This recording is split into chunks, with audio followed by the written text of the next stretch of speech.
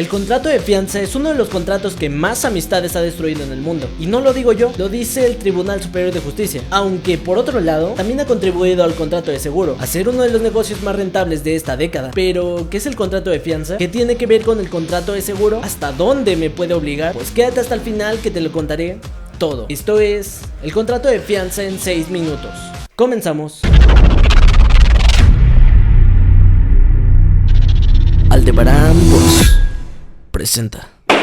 Antes de comenzar con el video, quiero aclarar que aquí solamente veremos estipulaciones generales. Esto debido a que este contrato puede variar en sus especificaciones dependiendo de la legislación de tiempo, lugar o país en el cual tú te encuentres. Toda vez que hemos aclarado esto, comencemos.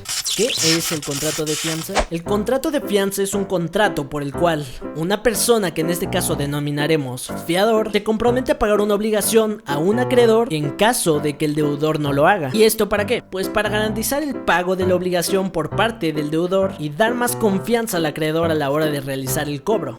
Sujetos del contrato de fianza. En el contrato de fianza nos vamos a encontrar con 3 sujetos. Primero tenemos al acreedor, que es la persona a quien debe realizarse el pago. Después tenemos al deudor, que es la persona principal quien debe cumplir con la obligación o con el pago. Y en tercer lugar tenemos al fiador, que es quien garantizará el pago, únicamente en caso de que el deudor no lo realice. Debemos entender que al referirme con que solamente hay 3 sujetos me refiero a figuras, ya que bien podríamos tener 2 fiadores, 3 deudores, 2 acreedores, etc. Esto puede variar según las circunstancias, pero las figuras que maneja el contrato son 3, que son las 3 ya mencionadas. Características.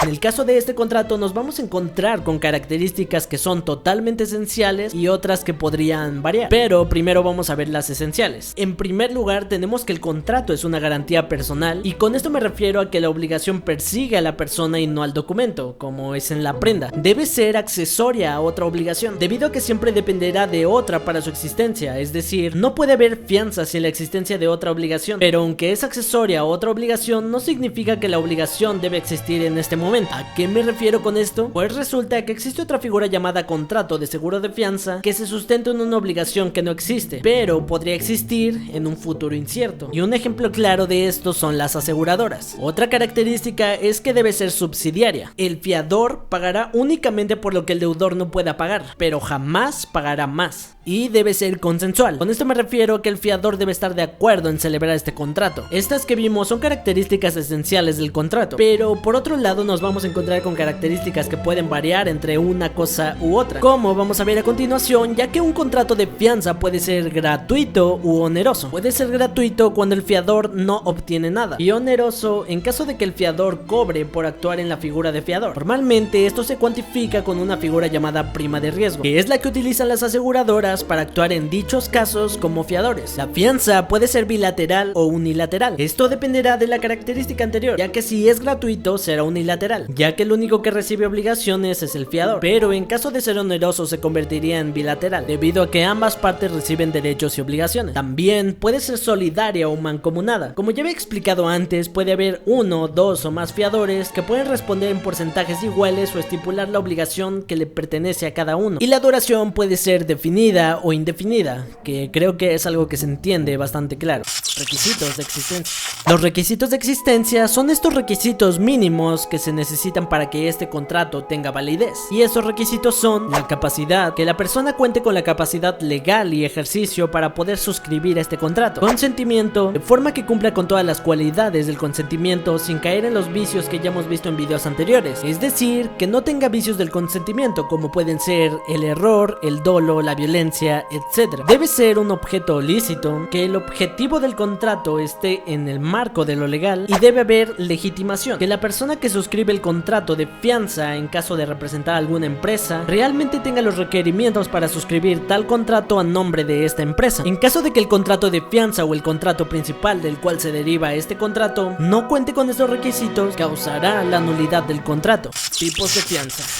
Existen 3 tipos de fianza. Primero tenemos la convencional, que es la contratada libremente por las partes interesadas; la legal, que es interpuesta por la ley y debe ser en cumplimiento de una obligación; y la judicial, que es otorgada mediante una resolución judicial, y normalmente en estos casos se utiliza muchísimo la figura de las afianzadoras. Fiador y deudor.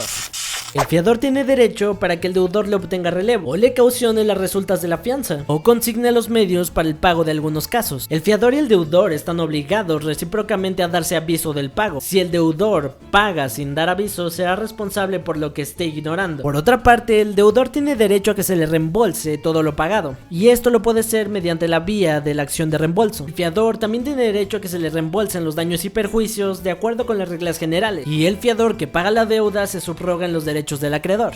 Fiador y acreedor. El acreedor puede perseguir al fiador desde que la obligación se haya hecho exigible, y no es necesario que primero persiga al deudor principal, a menos que se interponga algún beneficio de excusión que podemos encontrar en el Código Civil. El fiador puede pagar la deuda antes de ser requerido el pago, y el fiador puede oponer el beneficio de excusión o el beneficio de división, la excepción de subrogación y las excepciones reales o personales. Cofiadores. Cuando son varios los fiadores, la deuda se va a dividir entre ellos. El cofiador que paga más de lo que le corresponde tiene derecho a que sus cofiadores le reembolsen el exceso, y entre cofiadores pueden oponerse las excepciones reales y las suyas personales. Extinción de la fianza.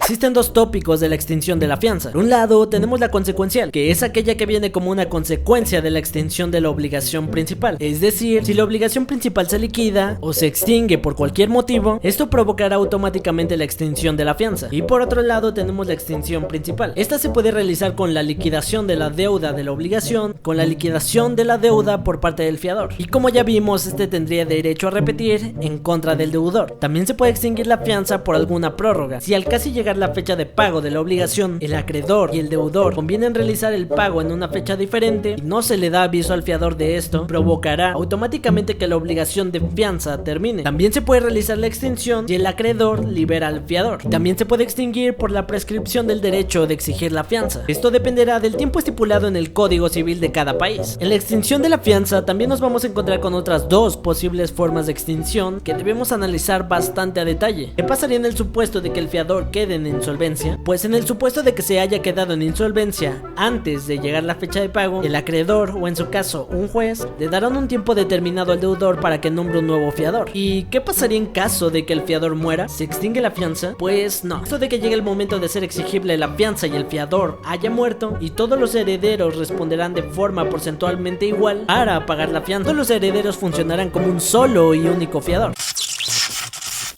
Espero que les haya gustado muchísimo el video del día de hoy. Ya saben que en la parte de los comentarios me pueden dejar alguna duda que hayan tenido acerca del video y espero contestarlo lo más pronto posible. En la parte de abajo va a haber un botoncito que dice suscribirse, y a un lado va a haber un botoncito de una campanita para que le des clic y te lleguen las notificaciones de mis próximos videos. También puedes dejarme en la parte de los comentarios algún contrato que te gustaría que explicara en un próximo video. No olvides darle like. Recuerda que este es nuestro canal jurídico. Yo soy Aldebarán Boss.